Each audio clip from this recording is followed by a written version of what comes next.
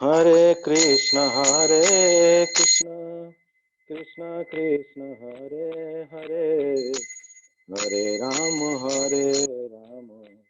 Rama Rama, Hare Hare. Hare Krishna, Krishna Krishna, Hare Hare, Hare Rama,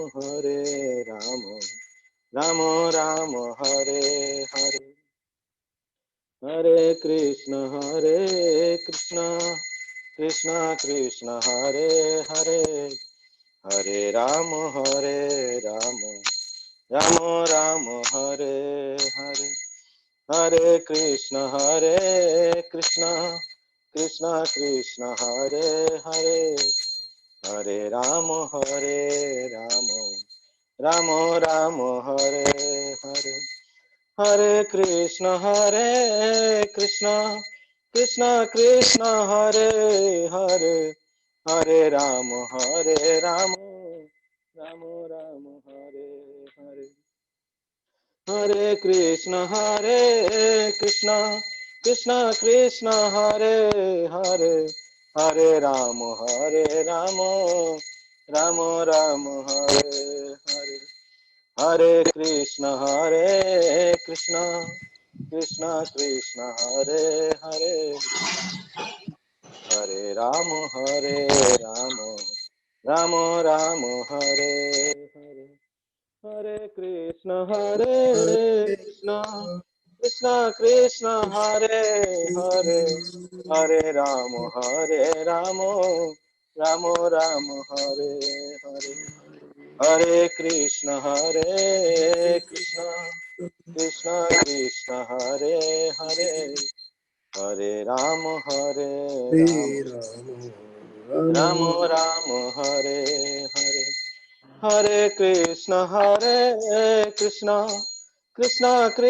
Hare Hare, Hare Rama, Rama Rama, Hare Hare.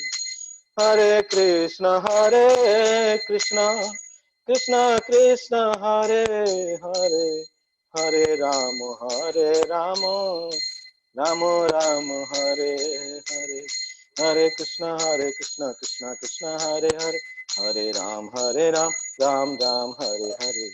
Hare Krishna, Krishna Krishna, Hare Hare, Hare Ram, Ram Ram, Hare Hare.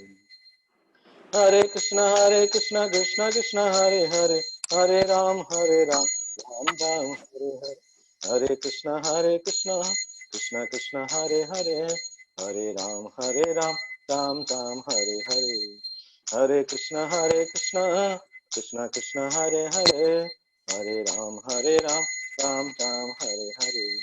Hare Krishna, Krishna Krishna, Hare Hare, Hare Ram, Ram Ram, Hare Hare.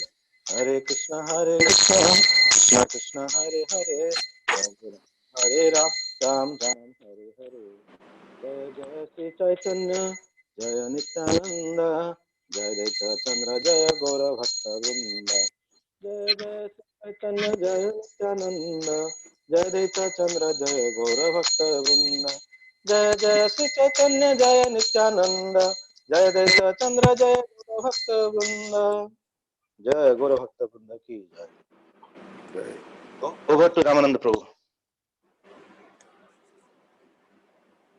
Hare Krishna Prabhu, Dandavat Pranam. Hare Krishna Prabhuji's Mataji's. Welcome back to Chaitanya Caritamrta, our study class. So today's session will start with Dayanidhi Prabhu and then Aparna Mataji. Request Dayanidhi Prabhu to start with the verses for our team. Yeah, Hare Krishna Prabhuji. Hare Krishna. Dandavat Pranam to all Matajis and Prabhujis. Prabhu, our voice is okay, Prabhu? Perfect, Prabhu. Yours is a lotus voice. Hare Krishna Prabhuji. Jaya Jaya Sri Chaitanya, Jaya Nityananda, Jaya Advaita Chandra, Jaya Gaura Bhakta Vrinda. So Prabhuji, the verses are from 23 to 28 we will cover. I'll just read as per this thing. So we'll start with verse Adilila, chapter 5, text 23. Mathura Dwarka Nija Rupa Prakashya Nana Rupa Vilasya Chaturvyuha Hena. Translation by Srila Prabhupada. Lord manifests his own form in Mathura and Dwarka. He enjoys pastimes in various ways by expanding into quadruple forms. As there is no purport, Prabhupada has just straightforward said that Lord has 4 quadruple forms. So what are the 4 forms? In next verse it is covered. Vasudeva Sankarshana Pradyumna Aniruddha Sarva Chaturvyuha Amsi Turya Visudha. So Vasudeva, Sankarshana, Pradyumna and Aniruddha are the primary quadruple forms from whom all other quadruple forms are manifested. They are all purely transcendental. So here we can understand that like the original candle ignites other candles. Same like Krishna is like an original candle and all source of his, the source of all incarnations.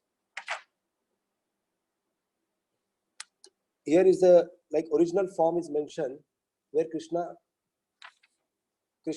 comes in Mathura and Dwarka, and he enjoys the pastimes various expanding into Chatur forms. Again, Chatur forms is again subdivided like into 4 quadruple forms from Shankarshana, like Vasudeva, Sankarshana, Pradyumna and Aniruddha. So we'll go back again next verse where Lord has reside in 3 places is mentioned. Etina loke Krishna kevala Lila maya nija gana lala kela ananta samaya. Only in 3 places, Dwarka, Mathura and Gokula, does all the sporting Lord Krishna perform his endless pastimes with his personal associates.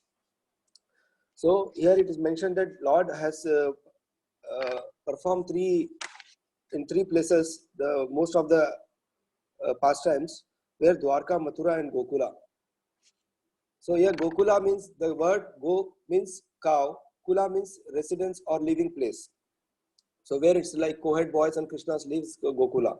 So most of these childhood pastimes were performed here with endless pastimes. We are knowing only few, but these are endless pastimes. And his pastimes are with his personal associates. So this Prabhupada says that personal associates of Chaitanya Mahaprabhu or Krishna are Nitya Siddhas or eternally perfect. Like Nityanand Prabhu is Balram, the immediate expansion of Krishna, and Advaita Prabhu is Mahavishnu, Gadadhar Pandit is the expansion of Radharani, and Srivasa is the incarnation of Narayana. So these are all Nitya Siddhas or eternally perfect. They were imperfect. They were never imperfect because they are never contact with material contamination. So it will help us actually to develop strong faith in the perfect associates of their lordship, Sri Gauranitai. So when we are associating with like Maharajas and all, they are perfect associates of Lord. So we will get strong faith.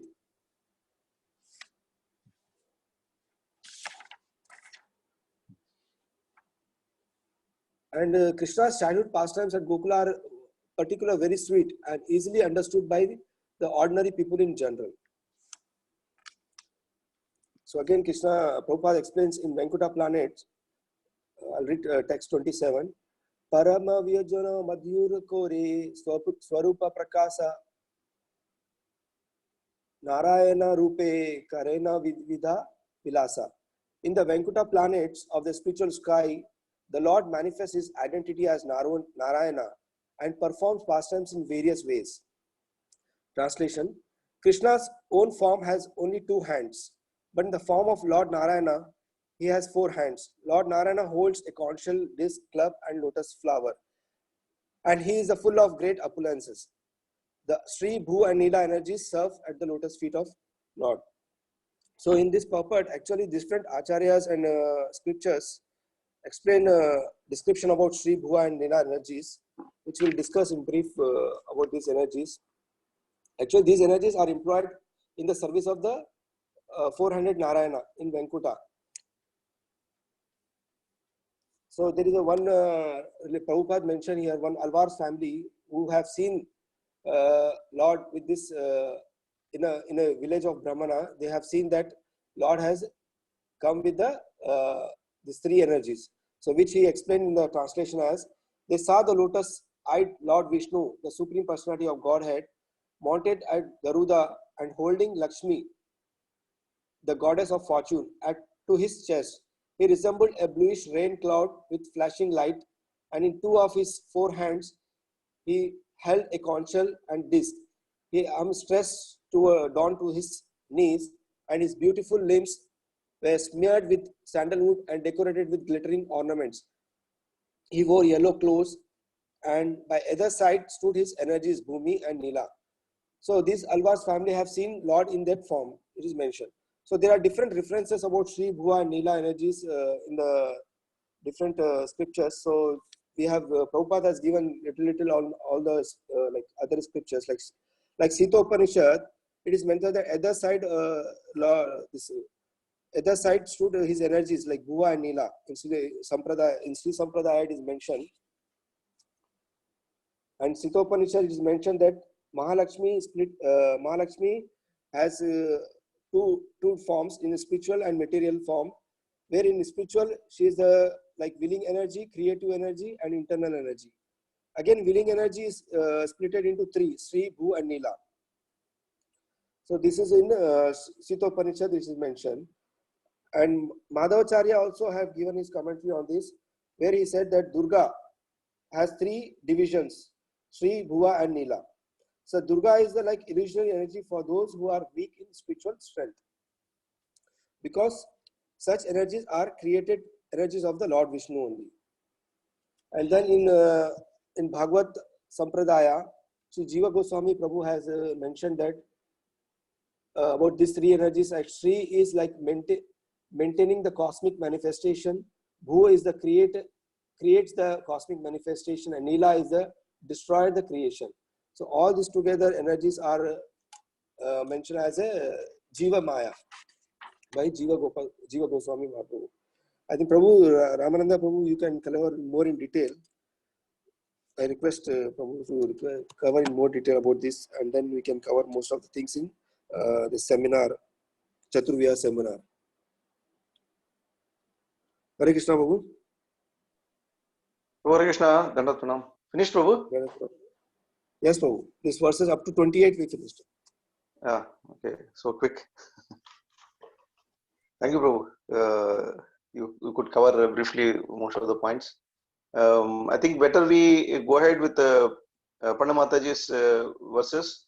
Then at the end, depending on the time availability, what we can do a recap and what additional points we can discuss, we can see.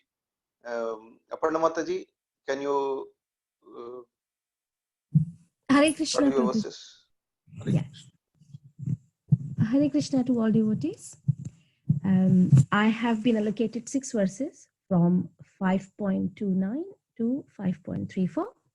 I'll read the verse, translation and purpose, and try to summarize at the end. Prabhuji, my voice is okay or is it too low? It's fine, Mataji, perfect. Okay. So we are reading from Sri Chaitanya Charitamrta Adi Lila, chapter 5, the glories of Lord Nityanand Balaram. Verse 29. Yadyapi kevala tanra krida matra dharma tathapi jivera kripya kare ek karma. Although his pastimes are his only characteristics functions, by his causeless mercy he performs one activity for the fallen souls. I'll go to text 5.30. Chalokya samipya srishti sarupya prakara chari mukti diya kare jivera nistara.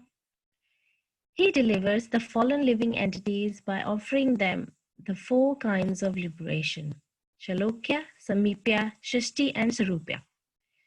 Purport: there are 2 kinds of liberated souls: those who are liberated by the favor of the Lord, and those who are liberated by their own effort. One who gets liberation by his own effort is called an impersonalist, and he merges into the glaring effulgence of the Lord, the Brahma Jyoti.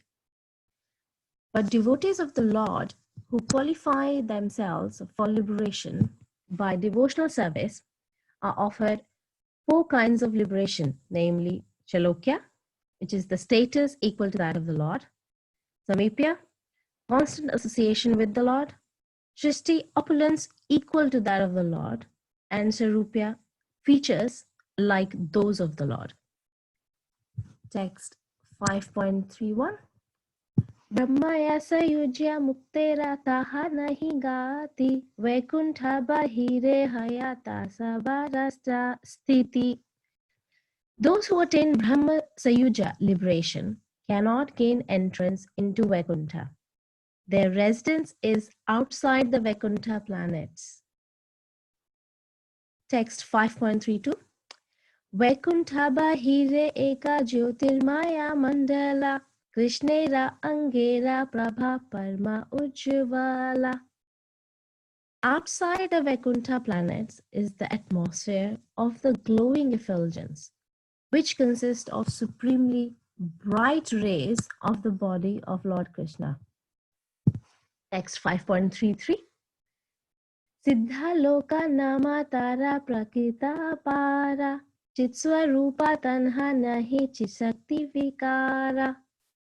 That region is called Siddhaloka, and it is beyond the material nature. Its essence is spiritual, but it does not have spiritual varieties. Text 5.34. Surya mandala vena bahire nirvishesha bahitare surya vera ratha adisa vishesha. It is like the homogeneous effulgence around the sun, but inside the sun are the chariots, horses, and other opulences of the sun god.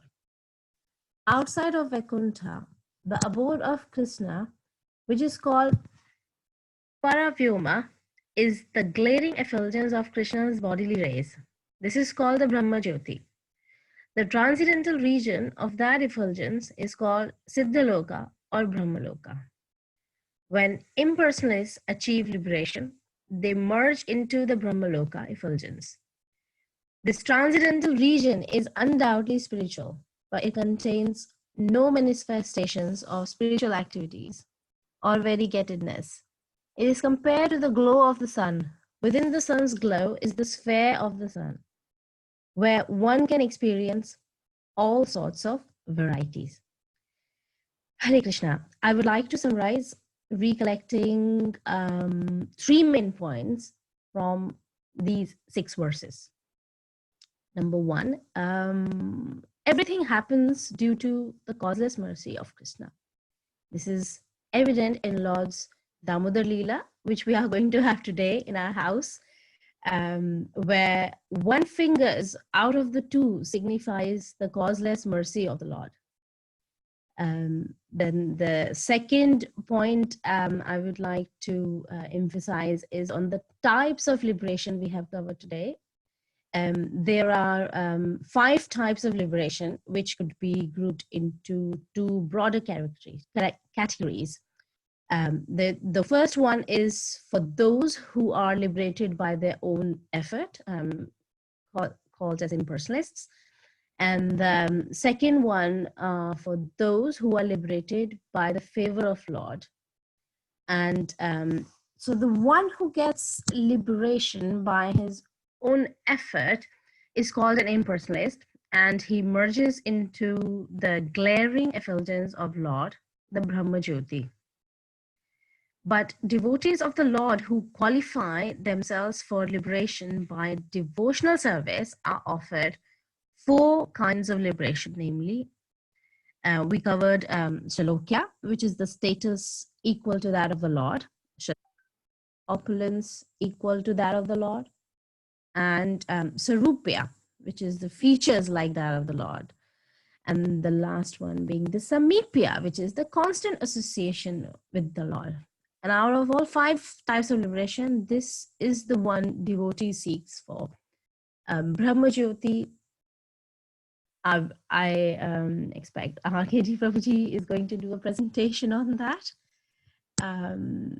the third point is Brahmajyoti. There are a couple of verses from Bhagavatam, verse Srimad Bhagavatam, Canto 1.2.11 and 1.2.25 refers to the three features of absolute truth: Brahman, Paramatma, and the Supreme Person, Bhagwan. So yeah, I summarize all the points from these 6 verses.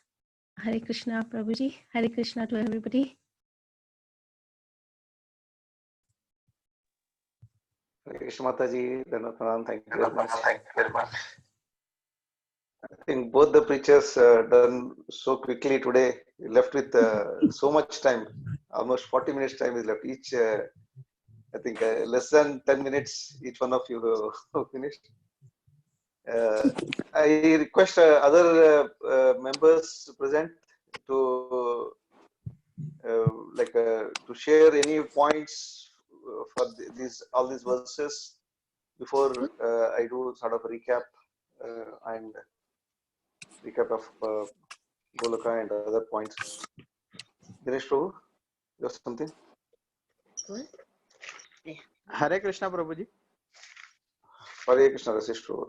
Prabhu, one question. So, amongst the desired 4 types of liberation, Samipya is categorized number 1, and the other 3 are less important. Prabhu, all 4 are less important.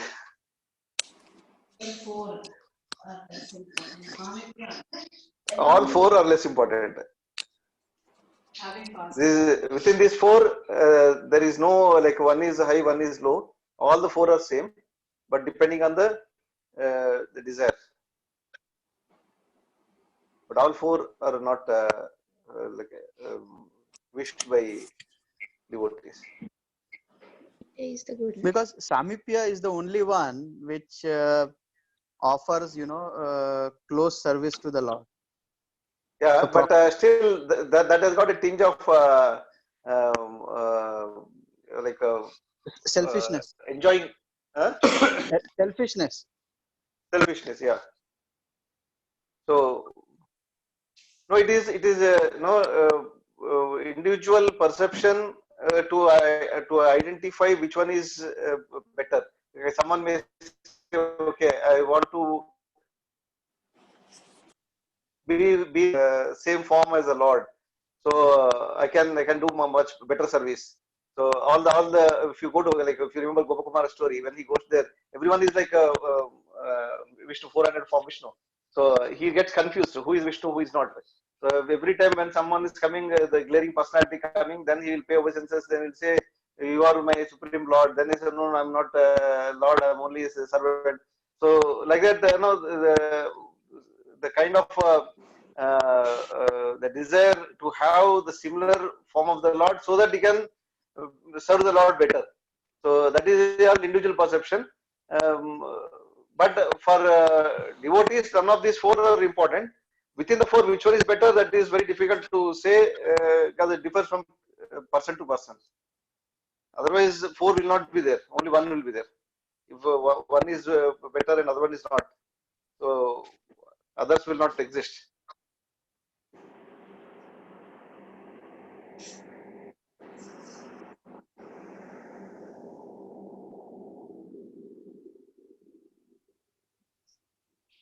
Also, Prabhu, something you want to discuss a few points? Hare Krishna, Prabhu. Yeah, I think devotees generally, we don't have, of course, there are these 5 different kinds of liberations. The Sayujya part is anyway deplorable. The other 4 are also like, something that we don't really strive for. As you were saying, that it's not a goal as such. But then I was wondering, like very often, at least when I in my initial days, the one thing that was given was like somehow or the other, like we have to get out of this world, go back home. when we talk of going back home, is it one of these four then, or is it different than this, or what exactly do we mean by that? Going back home, back to Godhead. Okay, Prabhu. Actually, the going back home, back to Godhead. This is a very general statement we use. Prabhupada also uses many times, very frequently in his purports and lectures. See, this we can view in a two different levels. One is going out of this material world. Other one is going back to spiritual world. So, in a very, very narrow sense, get out of this place. Like Prabhupada says, the public toilet, get out of this place. The stinking, get out of this place. So, our objective is what? Get out of this place, or get out of this place and go back to spiritual world. So, then if go back to spiritual world, what is our objective? With what objective we want to go to spiritual world? Is it only because we want to get out of this place and there is no other better place than spiritual world, so we want to go to spiritual world, or we want to serve the Lord, so we want to get out of this place? So the first case, those who want to get out of this place, just like that, for that Sahajya Mukti is what they try. Like just Mataji has mentioned that the two kinds of people. One is they try put efforts by themselves. Other type is by mercy of the Lord, like other finger of Damodara pastime, second finger. So the first one Mataji was mentioning that we put our efforts to go back to get out of this place. So for them, the objective is to get rid of the material miseries. To get rid of material miseries is objective. So for them, it is not to really go back to spiritual world. They don't want to have any problems. So for that, the only place for they looking, because they don't have any conception of the personality of the Lord, the devotional service to the Lord. So they aim to get out of this place to avoid the miseries. So for them, they go to they look for impersonal, like a Sahajya Mukti.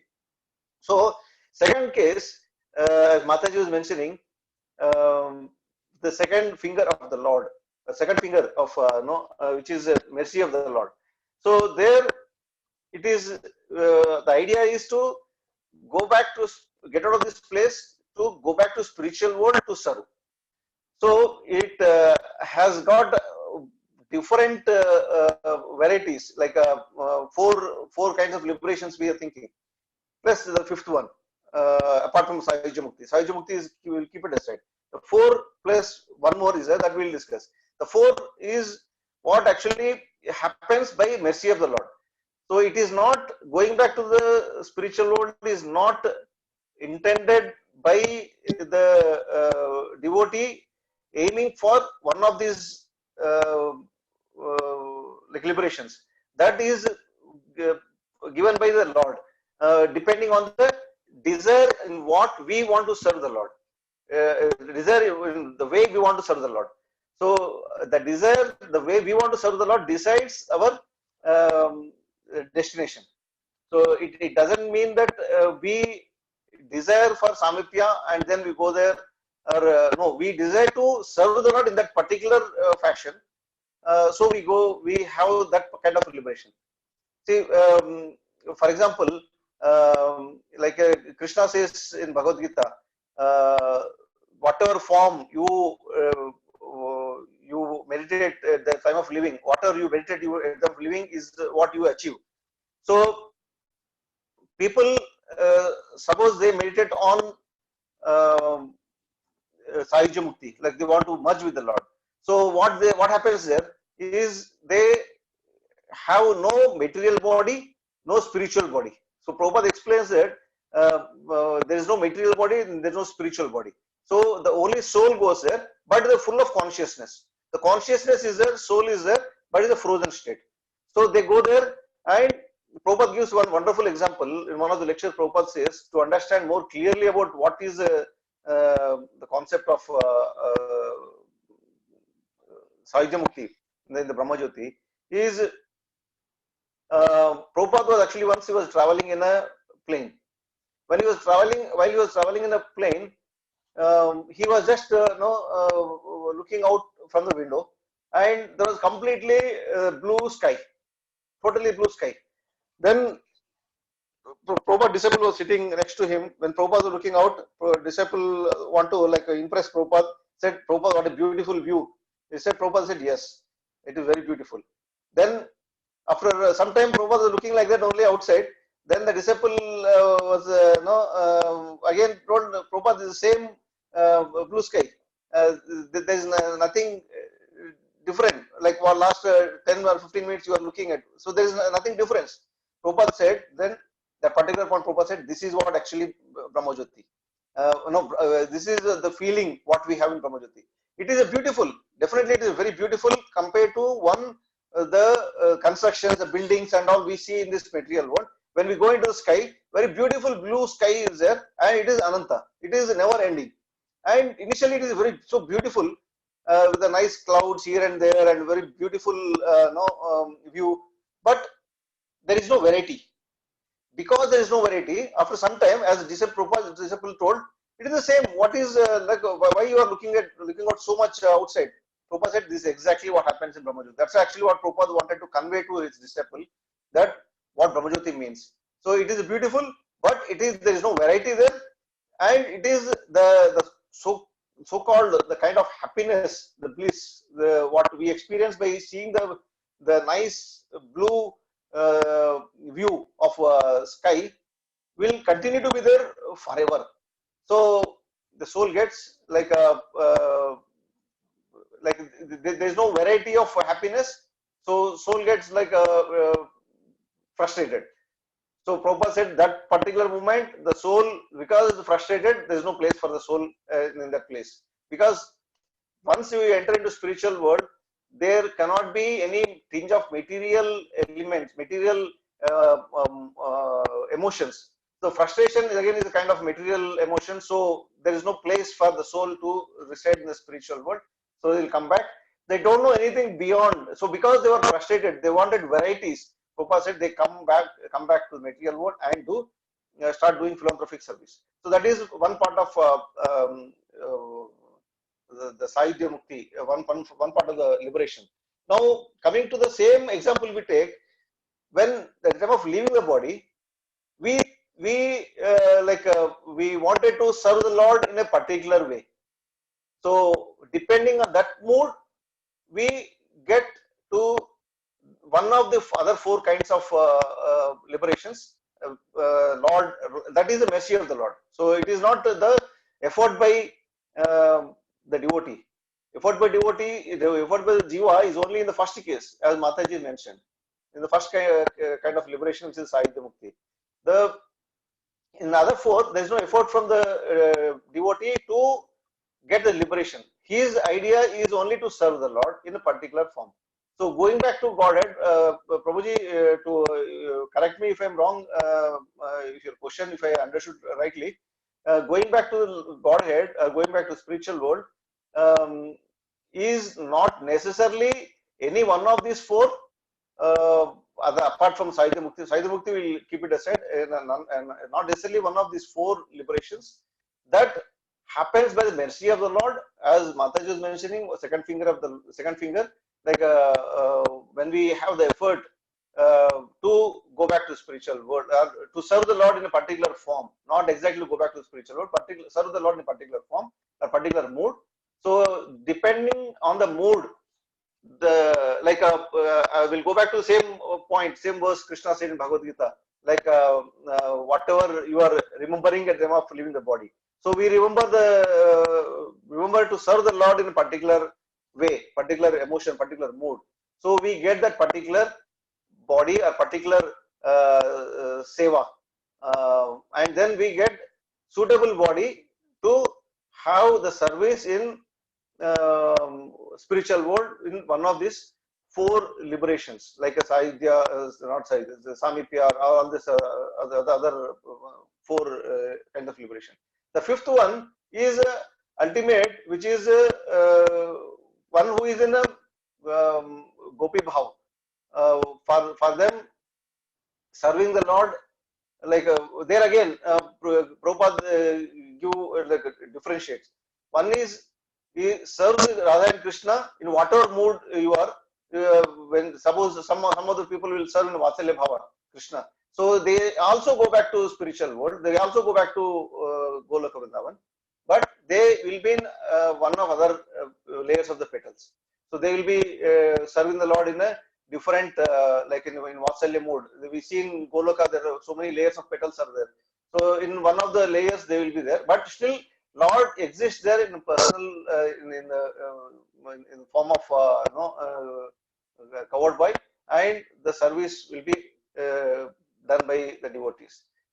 Is it what your question, Prabhu, or am I deviating from my understanding? Kalchaka Prabhu? Well, Prabhu, I think you inform. I mean, you elaborated a lot, but it still left out the essence. I mean, the crux of the question was still not really answered. But that's fine. I think we'll probably get it one day. Thing is, elaborating on this. The see the one of the ideals, like okay, this is, we want to attain a particular state, is because we assume that particular state to be better than what we are currently. I mean, it's a very basic thing. So the example that you said, like Prabhupada looking out of the window and he just finds some blue sky. Yes, initially that view looks very good, majestic, but over a period of time, once the novelty wears off, it's starting to get boring, right? The happiness that we have on this material world, I mean, is basically like I can say I am happy because I remember a time when I was not happy. Like today, what the happiness that we have is basically whenever is a contrast with the unhappiness. So whenever there is difficulty and that difficulty has gone away, then we are able to enjoy that happiness. So if I was just wondering, if a person is continuously happy, I mean, does he really understand that he's happy, or you just get bored? I mean, that's probably there in every state, isn't it? I mean, it's a thought, because when you're talking of that aeroplane view, I mean, just struck me. I don't know whether I've been able to articulate this properly. Uh, yeah, just thinking about that part. I think, but maybe to answer this question, I think even Chaitanya Mahaprabhu says, even birth after birth, he uses that term. I remember that because, like, for me, like the initial goal was just somehow or the other to get out of this place and not to come back again. For me, that was the highest goal. I mean, I didn't know what loka and all that. But once I heard this part, then it's very confusing. And why is Chaitanya Mahaprabhu himself saying that birth after birth, let me be your this? So it probably means that, as you said, we don't really care for these worlds, but I mean, as long as we are able to be in a service, we are happy. So at the time of leaving, probably if I'm just thinking of say Aarti and Kirtans, probably next life we get an opportunity to be in that mood. I mean, and probably that's how things go on, and we really don't bother with a specified with a targeted desire. Okay, at this end of life, I want to be there.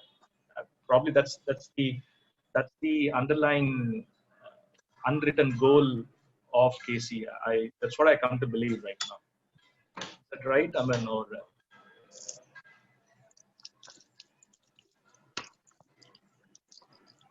Hare Krishna Prabhu. Yeah, Prabhu. Prabhu, text number 31. Like earlier class we were discussing about the four Kumaras. So how they could enter inside the Vaikuntha planet, and they were liberated. Actually, at the entrance of the Vaikuntha only, they were stopped. And Lord came to the first gate, because there are many gates inside. So at the entrance itself, they were stopped by Jaya and Vijay. And Lord came to them. And before that also, Bhagavatam says, when Lakshmiji was out from the Vaikuntha planet, when she came again, the Jaya Vijaya stopped at that time also, before that. So that was the turning point to come back to this material world or get caused by the four Kumaras. And third thing is, the Lord, when like we have the quality, same like Lord, like sea water, a drop of water. So Lord also, like we want to fight, Lord wants to fight also. So Lord cannot fight with the living entities. No one has such power. And his associates in the Vaikuntha planets are equally powerful like Lord. So when Lord wanted to fight, so that is why this is the he wanted some of them to come down to this material world. That is why the Jaya Vijay were cursed, and they came as Hiranyaka and Hiranyakashipu. But no one, as Prabhupada says and our Acharya says, no one falls from the Vaikuntha planet. Though the falling in the eternal time, this is very, very momentary for the falling of Jaya and Vijaya, but no one falls from the Vaikuntha planet. So this is my understanding about the text number 31. So the Sahuja liberation, they cannot get entrance into Vaikuntha. So their residence is outside the Vaikuntha planet. Hare Krishna Prabhu. Thank you, Prabhu. So that actually leaves us one question. I think this point we discussed in the past also, that the falling down of Jaya Vijaya, it happens in every day of Brahma, or only once it happened. If it is only once, then who is the other time when Ravana comes, Hiranyakashipu comes, then who are those people? Can someone take up this? I remember we discussed about this in the previous class. Prabhu, when Jaya Vijaya, they came as Hiranyaka and Hiranyakashipu, but one to get, again coming back to Vaikuntha planet or to Lord, he has to think always about God, always about Vishnu or Sri Krishna. So when Hiranyaka and Hiranyakashipu came, so they were, though they developed enmity towards the Lord, so, but they were thinking themselves as the most powerful. Like Hiranyakashipu never thought anyone can defeat him, or he did not want to, fight with Krishna or Vishnu. So he was not thinking like that. So that is why Jaya Vijaya, they could not came back to Vaikuntha or Vaikuntha planet or merge with the Lord immediately after their death. No, Prabhu, So my question is different. My question is different. Yeah, I am coming, Prabhu. So that is why they came again as Ravan and Kumbhakarna. Okay. See, in Ravan and Kumbhakarna also, they were not always thinking about the Lord. So they wanted to enjoy, and then they wanted to show the power. So again they came as Sisupal. So Sisupal, from the birth itself, he was thinking against the Lord. So he was against of the Krishna. So that thinking, every time he was thinking, though it is not Anukulan, it was Pratikulan, but he was always thinking of the Lord. So at the last, only the Sisupal, when he died, so Krishna has got his neck. So soul from the Sisupal's body that came and merged with the Lord. But before that, they couldn't, like Hiranyaka and Hiranyakashipu or Ravan Kumbhakarna, their soul did not merge with the Lord. Yes, Prabhu, is okay? No, Prabhu, that is not my question. You answered maybe one part of the question, but actually my question was different. My question was that the fall down of Jaya Vijaya, because every like in the Satyuga, Treta Yuga, Dwapara Yuga, Kali Yuga, not Kali Yuga, of course, the first three yugas, these four the demons like Ravana, and so these Shishupala, Hiranyakashipu, so these are appearing every time, every yuga, like every say Mahayuga or whatever. So it means, does it mean that Jai Vijay are falling down every time? Whenever Ravana comes, it means one of the Jaya Vijay they're falling down every time they're getting curse? That is my question. I think Hare Krishna. Hare Hare Krishna. Hare Prabhu, Krishna. Hare Krishna, Prabhu. Hare Krishna. Yes, Prabhu, Hare Krishna.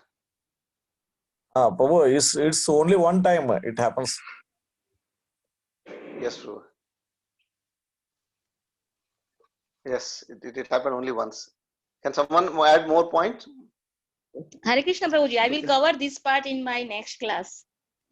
Okay, okay. So we'll reserve that for you. Because in my purport they comes only one times.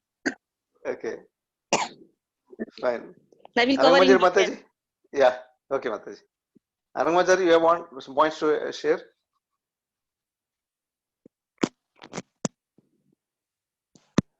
Prabhu Hare Hare Krishna Prabhu. Hare Krishna. Yeah, it happened only one time. I read somewhere, I don't remember. Only one time it happened, that's all.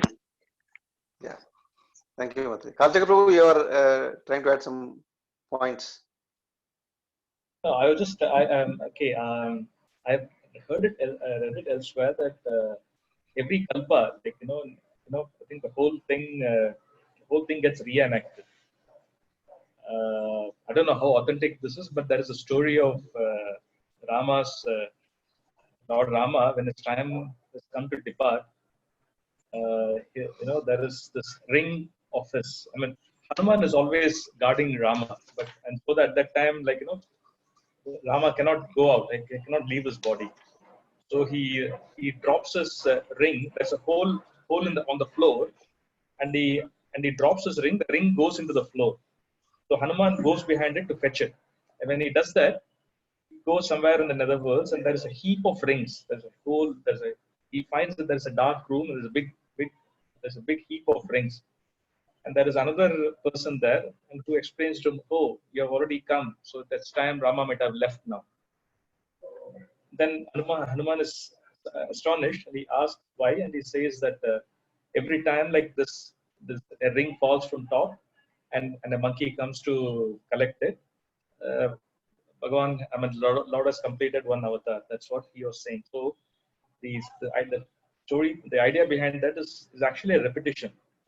So every day there is always a repetition. But what is special about some of the repetitions are like, for example, Krishna probably comes only on the 28th Kali Yuga, etc. I mean, some certain cycles Krishna comes personally. So those cycles might be special, but otherwise things are like repetitive. And now to your question, like who if not Jai Vijay, who else? Like probably we could see it as like you have this plays which run for a long time. Let's say the Shakespeare plays which runs for probably years together. So the character that plays that the character remains the same. Let's say Macbeth. Maybe initially Mr. A played the role of Macbeth, but after some years it is somebody else who plays the role of Macbeth. So similarly, today, like I mean, you're taking this class, and I'm asking this question here. Maybe in the next day of Brahma, it will be somebody else who will be taking the class, but with your name, same name, and somebody with my name. Good analogy, Prabhu. Okay. Anyway, thank you. Thank you, Prabhu. So, right, so as nice story, Prabhu, by the way. I never heard about this particular story, what you mentioned about Rama and Hanuman. So, this is something interesting. Never heard about it. So, thanks for sharing. And as all others shared, yes, it happened actually once, and it is given in Vishnu Purana. It was part of a discussion between Maitreya and Parashara Muni. The wonderful discussion happens, and actually the reference of this was given in Laghu Bhagavatamrita, which written by Rupa Goswami. There actually, as part of the discussion between them, it is mentioned like what Bir Krishna Prabhu just now he mentioned about why the Hiranyakashipu didn't go back to spiritual world, or he didn't get merged, and why Ravana didn't get merged. Only Shishupala got merged into Krishna. So that was what Parashar Muni was explaining to Maitreya Muni. At the end, he explains that therefore we cannot consider these demons who appear every day of Brahma incarnations of Vishnu's two associates who would not realistically fall down every kalpa. So it means that the fall down of Jaya Vijaya will not happen every time whenever Ravana appears. As Prabhu was mentioning, Krishna Prabhu was mentioning, we can understand that it is like a Ravana is like a say position. Every time someone else will occupy that position. Once it was Jaya Vijaya, and the next the next time it may be somebody else. It may be me also. So likewise, whoever desires to have a fight with Lord in the previous births, so their desire gets fulfilled by Lord. There are millions of people like that will be there. So their desires also will be fulfilled, and they will be occupying that position, so-called position. So they get killed, and every time it not necessarily be Jaya Vijaya.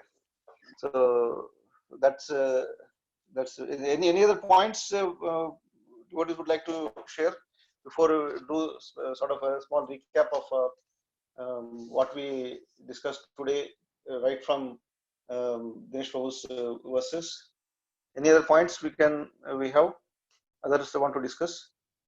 Prabhu, one question. So in the next kalpa, so there we will not liberated in this life. We will come to in the next kalpa. We will come again. We will do this class. Prabhu, that is a desire of a devotees. Yes, Prabhu. Okay, Prabhu. Just if devotees desire, then yes, it will happen. Yeah. Any other points? So shall I do a small recap of? I will not run through the whole Goloka seminar. The relevant to today's discussion we'll try to cover. Then we'll see if anybody has any questions, comments on that. Then we can go into deep. So today's verse started with Lord, verse 23. It is verse 23. Yeah. Krishna manifests his form in Mathura and Dwaraka. He enjoys pastimes in various ways by expanding into quadruple forms. So we discussed about Lord's quadruple forms, Chaturviha expansions, which we discussed many times in Srimad Bhagavatam before we started this Chaitanya Charitamrta class. But now at least we are able to understand that okay, what is Chaturviha, how many Chaturvihas are there, and what is the purpose of each Chaturviha. Hope devotees members remember the purpose of each Chaturviha. I will not go into that detail. So basically, there are two levels of Chaturviha expansions. The first one is called Adi Chaturviha, which is expansion starting from expansion from Krishna. He expands into Balram. Balram expands into Vasudeva, and Vasudeva expands into Sankarsana. Then he expands into Pradyumna. Then finally Pradyumna expands into Aniruddha. So this the first quadruple expansion. So the expansion starts with Krishna, but Krishna is not the source of all the expansions. Krishna is only source of Balram. So Balram is the one actually who is expanding into further quadruple expansions. So Vasudeva, Sankarsana, Pradyumna, that each one expands into other. So that is given Laghu Bhagavatamrita by Rupa Goswami. So these quadruple expansions are very, very unique. And as we discussed in the past, that it is not a one quadruple expansion. There are actually many quadruple expansions are there, but we have an opportunity to discuss only two. Why two means how can we understand that there are many quadruple expansions? Because there will be first expansion, first Adi Chaturviha will be only one. That there is no change. There is no multiple Adi Chaturvihas in spiritual world. In spiritual world, there is only one Krishna, there is only one Balram, there is only one Vasudeva, one Sankarsana, one Pradyumna, and one Nandruta. So they are there in these four Chaturviha, like first Adi Chaturviha, they are residing in Shvetadvipa of Krishna Loka. Krishna Loka, as we seen in the next verse, we understand they divided into three parts. That will go a bit later. So these are the first Chaturviha expansions. There's only one. Then these Chaturviha expansions, they are a source of unlimited quadruple forms. How can we understand? Because we know that there is only one second quadruple expansion we discussed. So to understand this, it is actually no reference was given, but only understanding we can thought of like I don't say speculation or maybe part of sort of like that, because material world is so vast, and there are so many universes are there, and every universe the second quadruple expansion they will have their presence in the form of like for example 24 forms of Vishnu and Karmadaksha Vishnu, Kshirodaksha Vishnu. So every universe the presence of these expansions are required. So that is where probably I feel that we can say that they are source of unlimited quadruple expansions, what is mentioned in Caritamrta. So so we know that Vasudeva, Balram expansion Vasudeva, he is mode of Suddha Sattva, and he is a ruling deity of consciousness, and Sankarsana is a ruling deity of Ahankara. So the Lord Shiva worships him. We covered all this, but just I'm doing a sort of a recap just to try to remember, recollect what we discussed. And Pradyumna is the one who is a predominant deity of a sensus intelligence. So those who are intelligent are those who want to be intelligent. They worship Pradyumna. So they one who want to fix oneself into intelligence has to worship Pradyumna. So and Pradyumna is the one who is controlling inner internal inner controller of Brahma. So Brahma is creating, does the creation, but he is controlled by Pradyumna within. So that is how Brahma is able to do creation. It is a bit complex topic. We are not going into deep at this stage. So we are just trying to do a recap. If any questions are there, we can always take it. No issue. So then Aniruddha is the predominant deity of Manatattva. So is the mind. So he differs from Pradyumna because Pradyumna is predominant deity of intelligence, Buddhi, whereas Aniruddha is a predominant deity of mind. So one who wants to get free from mental disturbance, one has to worship Aniruddha. So this gives an idea of the previous yugas, how the sages were worshipping in the deep forest. So with different purposes. So they must be worshipping one of these four. Like one who want to control their mind, worship Aniruddha or meditate on Aniruddha. So all these are non-different from Krishna, non-different from Balram. And what is the purpose of these expansions is like they are like a non-different from Krishna, but they are carrying a specific function, heading a particular department of mind, intelligence, ego, and above all the three. Like we know that mind, intelligence, false ego is there. So three control these three, and Suddha Sattva is controlled by Vasudeva. So mind, intelligence, and false ego is controlled by one of the respective Chaturvihas expansions, and beyond that Vasudeva, who is direct expansion of Balram. So this is the first Chaturviha, and second Chaturviha will not go in deep except that we touch base that Sankarsana is the one actually who expands into Narayana, Narayana is one whom we seen in Goloka seminar. If you remember in the chart, the Vaikuntha planet, the blue lotus. So that is Narayana. He is expanded from Sankarsana. And Narayana is the one who is expanding into second quadruple expansion, which is Vasudeva. Again, in turn, he expands into Sankarsana and Pradyumna and Anuruddha. So the responsibilities of each one we discussed at length in the previous seminars. So we will not go into that detail. Why actually I wanted to cover this is to just have a recap, and finally this takes us to the end of spiritual world, where the today's discussion also covers about Saidhya Mukti. Saidhya Mukti is when we say impersonal Brahman, Brahma Jyoti. How we can understand that Brahma Jyoti? If you remember in the Goloka chart, it is given like a small ball.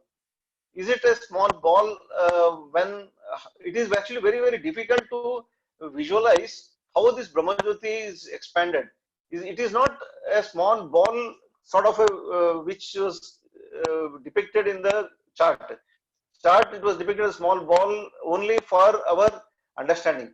Actually, the whole spiritual world, the effulgence of all the spiritual world is Brahmajyoti. So it is not concentrated to one part of the chart, though it is shown as that, but it's only for our understanding. It is spread throughout, and how far it is very, very difficult to imagine. Like how vast is the spiritual world? We cannot visualize, and it keeps on expanding. So it is very, very difficult for our mundane senses to understand how vast is the spiritual world. The same vast is the Brahmajyoti, because it is the outer covering of spiritual world. How much ever is the area of a spiritual world, the same area is Brahmajyoti also. It means that it is a sort of a entry towards entry into the Vaikuntha planets. So it is very, very difficult for us to it is achintya. So it is beyond our material senses to try to understand how vast it is. So the Brahmajyoti is, as we discussed before, is a place where though there is no material body and no spiritual body, but only the full of consciousness, the soul, with no variety of enjoyment. And if I try to touch base Kalchak Prabhu's question again, depending on what actually we aim for is what actually we at the time of leaving the body, what we get. Because we aim, those who aim no problems at the end of this body, they do not have any problems at the end of this body, may go to Brahmajyoti, because that is what they are aiming at. Because there is no problems, so there is a bliss. Since soul's nature is to serve, the soul's eternal nature of the soul is to serve. So there is nothing to serve. There is no variety. As Prabhu was mentioning, they get bored. So when they get bored, they will fall down. So when they fall down, now let us enter into the material world. So this is where I want to touch the Goloka seminar, the concluding part of the Goloka seminar, which is material world. This is where actually that is the reason why I want to touch is once we cross Brahmajyoti, once we fall down from Brahmajyoti, they will come back to this material world. So what happens in the material world? How the creation is happening? So if you see, I will only give a very, very brief introduction. We'll take it up a detailed seminar in coming weeks when our members are ready to have that. See, if you remember from the chart, there is a Karanadaksha Vishnu who is laying down in the Virja river. So there, if you see, those who have access to the chart immediately, so they can see there Karanadaksha Vishnu is laying down there, and there is a Ramadevi, and also there is a Shambhu, and also there is a Durga. So these four personalities are very, very prominent for us to understand the material creation. So we all know that when the total annihilation takes place, all the jivas will go back to the Garbhodaksha, Kardaksha Vishnu's body. So when they go back to Kardaksha Vishnu's body, so when Lord desires to create, when Lord desires, like why Lord desires to create is because he knows that there are millions and billions of jivas who have come back to him. So what is the state of those jivas? Those jivas, they have all the karmas accumulated and they're carrying, and they have to get rid of those karmas.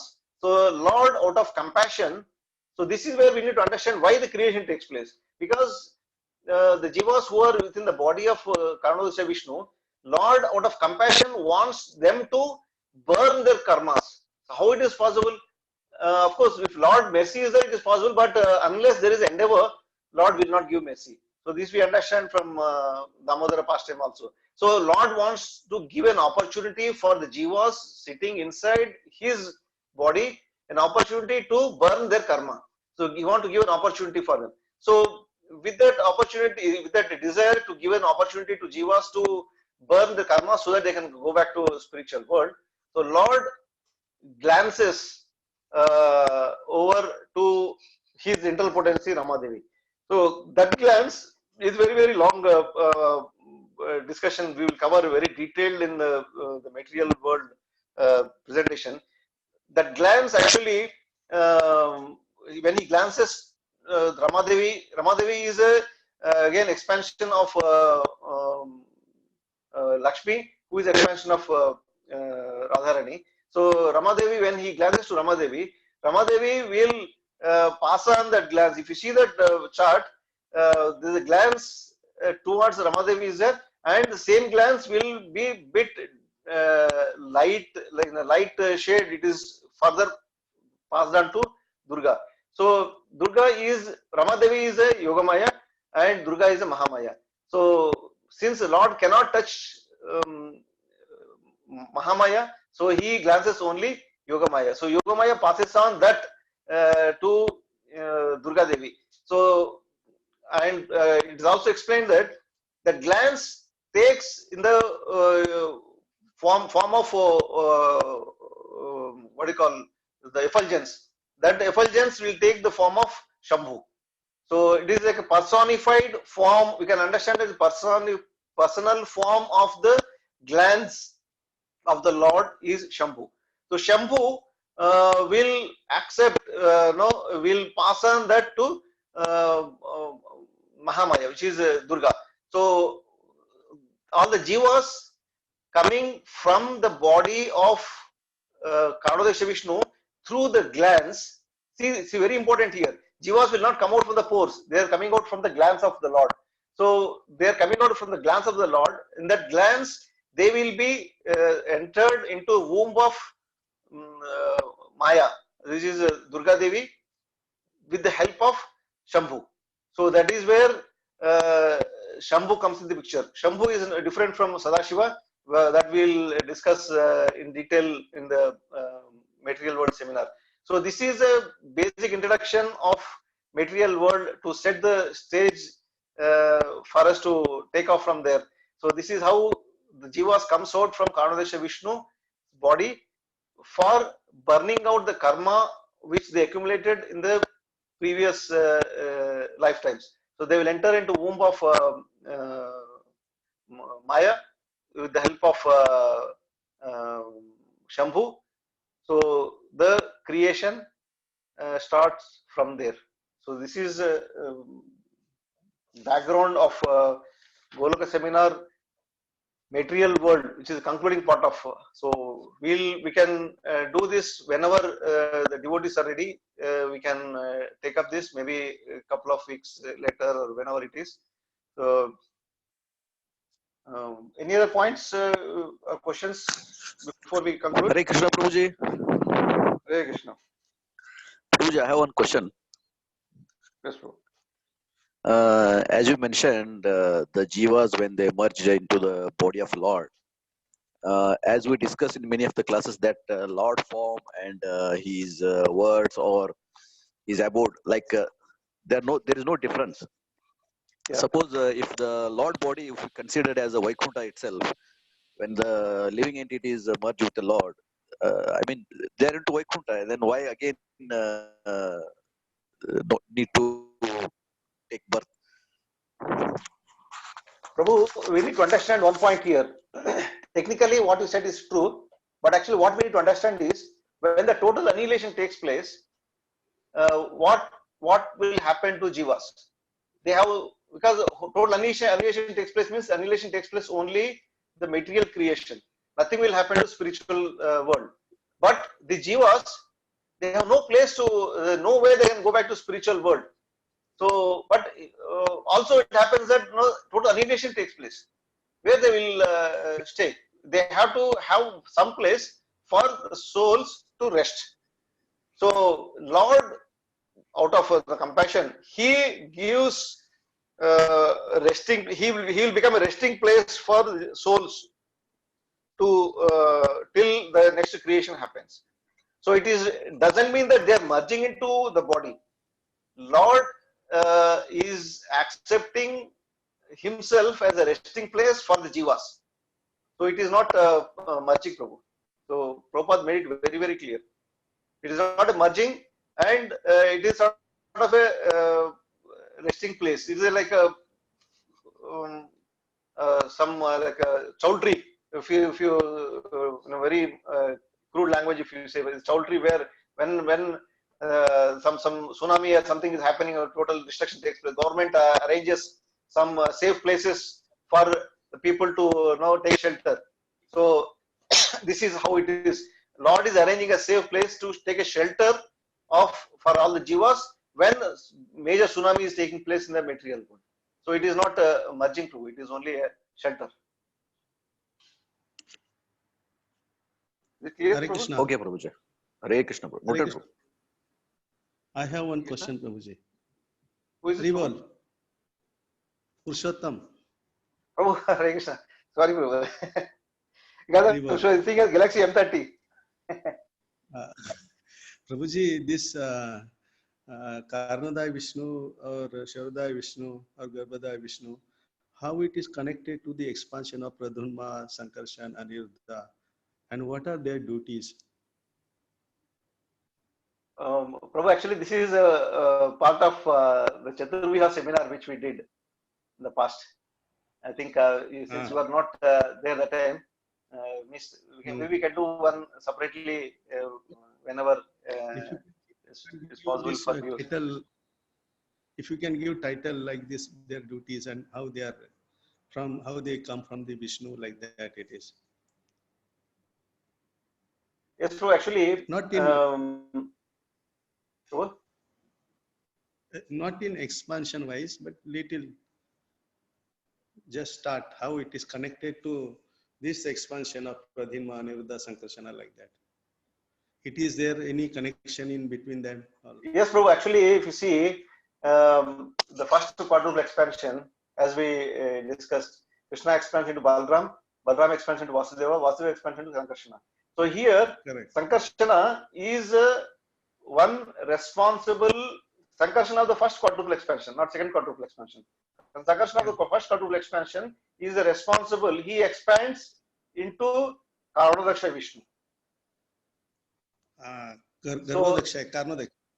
Karnadaksha Vishnu. Sankarsana of first quadruple expansion expands into Karnadaksha Vishnu, and Pradyumna of first quadruple expansion expands into Garbhodaksha Vishnu, and Aniruddha of first expansion expands into Kshirodaksha Vishnu. Okay. So it is a bit technical, but when we actually do the seminar, we can easily see in the chart. It is there. The chart, one of the slides we mentioned, like and the Garbhodaksha Vishnu is the one who is expanding into Gunavataras, like three avatars, Brahma, Vishnu, and Maheshwara. You see, so these three Gunavataras, in charge of each mode of goodness, passion, and ignorance. So these three expanded from Garbhodasha Vishnu, and that Garbhodasha Vishnu expanded from Pradmina 1.0. 1.0 means the first quadruple expansion. Similarly, Aniruddha 1.0, Aniruddha first quadruple expansion of in first quadruple expansion, Aniruddha, he expanded to Kshirodaksha Vishnu. That Kshirodaksha Vishnu is responsible for all the Lila avatars. Lila avatars happening in this material world, like Narasimha and Parashurama, all these are coming. They are not coming directly from Krishna of Goloka. They are not coming from Karnadaksha Vishnu or Garbhodaksha Vishnu. They are coming from Kshirodaksha Vishnu, and Kshirodaksha Vishnu is coming from Aniruddha of first quadruple expansion. So all the Lila avatars, all the Yuga avatars, even Yuga avatars, for that matter, except Chaitanya Mahaprabhu's one, all the Yuga avatars will come directly from Kshirodaksha Vishnu. Like Hamsa Avatara, similar which we did in the past. So all these Yuga Avataras, they will come directly from Kshirodaksha Vishnu. So, but in seminar you are told the Vishnu comes and from Mahavishnu comes from Mahavishnu to this Karnadai, this Vishnu, this Avataras come like Karnadaksha, Garbhodaksha from Mahavishnu. So who is Mahavishnu Prabhu? Yeah, that's what Shankar. Mahavishnu, actually we need to understand here, we generally get confused with the terms Narayana and Vishnu. Can someone say, is these two same or different? Those who attended the seminar can easily, who is Narayana, who is Vishnu? Can someone? Actually, Krishna and Narayana, all the Krishna's Prabhu, like Krishna in Vrindavan. No, that is okay. No, I'm not going into that, Prabhu. What I'm saying is, who is Narayana, who is Vishnu? These terms we get, interchange. Frequently we get confused and mixed up. We say that Narayana, Vishnu are same. No, actually Narayana, Vishnu are not different. There is Narayana, there is Mahavishnu, there is other Vishnus. So who is Narayana, who is Vishnu, Mahavishnu? Can someone from our previous seminar attendees, they should be able to tell. Bir Krishna Prabhu. Yeah, Narayan and Vishnu both are, I think, different, Prabhu. Who is Narayana? From Narayan is coming from. Who is Vishnu? Prabhu, Hare Krishna. Yes.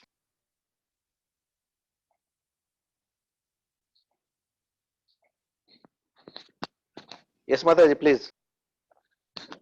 Tell me, Prabhu, Narayana resides in Vaikuntha.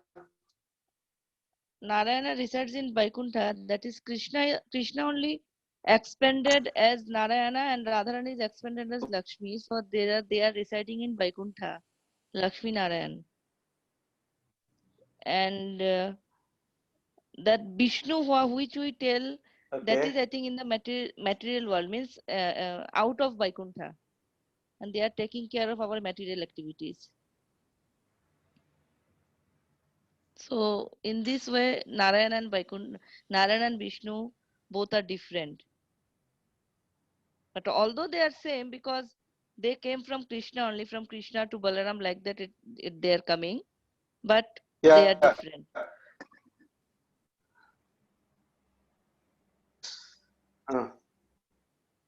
That's all, Prabhu. That's what my understanding. So actually, thank you, Mataji. Actually, what we need to understand, we have to be very, very clear actually here, because when we're discussing Srimad Bhagavatam, because that was with a different purpose, like one level of understanding. But when we go further into deep, we get more information by acharyas. They say that the first quadruple expansion of Vasudeva, Sankarsana, Aniruddha, and Pradyumna. So in that, Vasudeva expansion to Sankarsana is the one expanding into Narayana of Vaikuntha. So this is the first point we need to be very, very clear.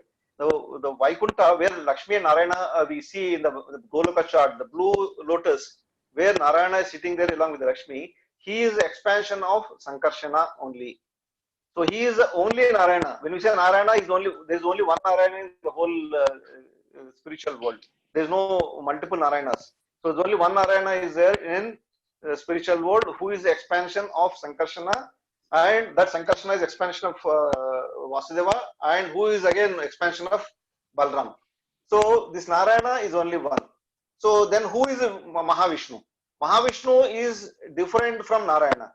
Mahavishnu is none other than Karnadaksha Vishnu. Karnadaksha Vishnu is always called Mahavishnu.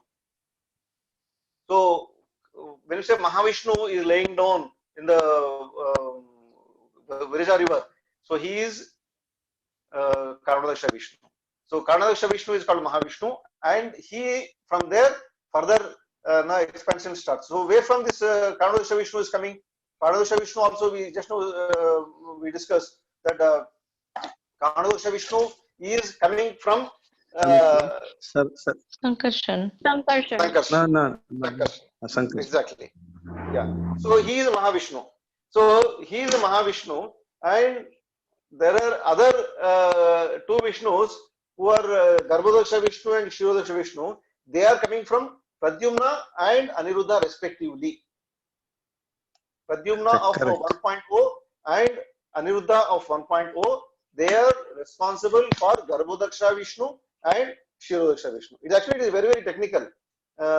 We don't have to really worry about these things, but we need to know who is who.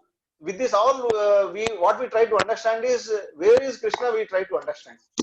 We say that okay, Krishna comes as a Hamsa, like one of the Yuga Avatara, or he comes as a Nrsimhadev. So in between actually so many layers are there. That is actually we are trying to understand.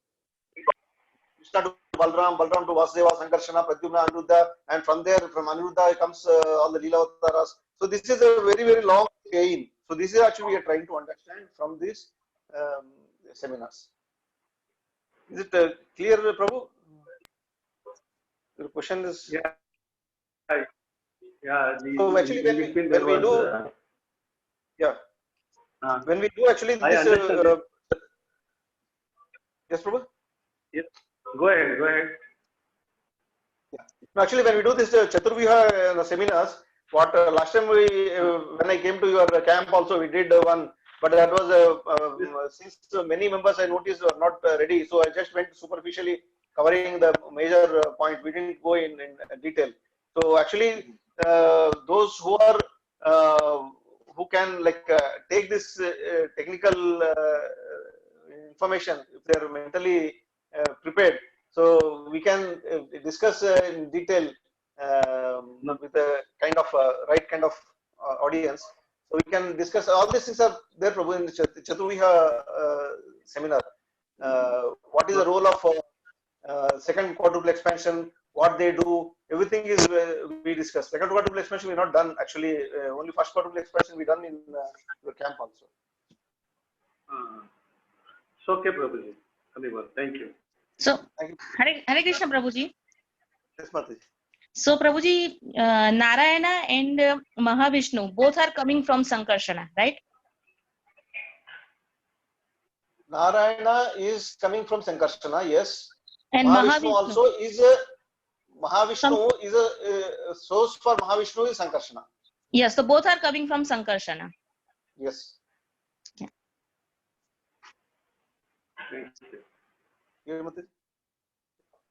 So we'll stop here. Already it's 9:20. So any further questions we can take it in the group. Members can confirm when we can have this concluding part of Goloka seminar once ready mentally, because it is again a bit technical, but it's good if we can do it. So please let me know so that we can have in one of the coming weeks. So thank you very much. Thanks all the devotees for active participation and discussions for today's study class. So any questions, comments, we can have it in the group. Thank you. Hare Krishna. Hare Krishna. Thank you, Prabhu. Vancha kalpadurubhyasya.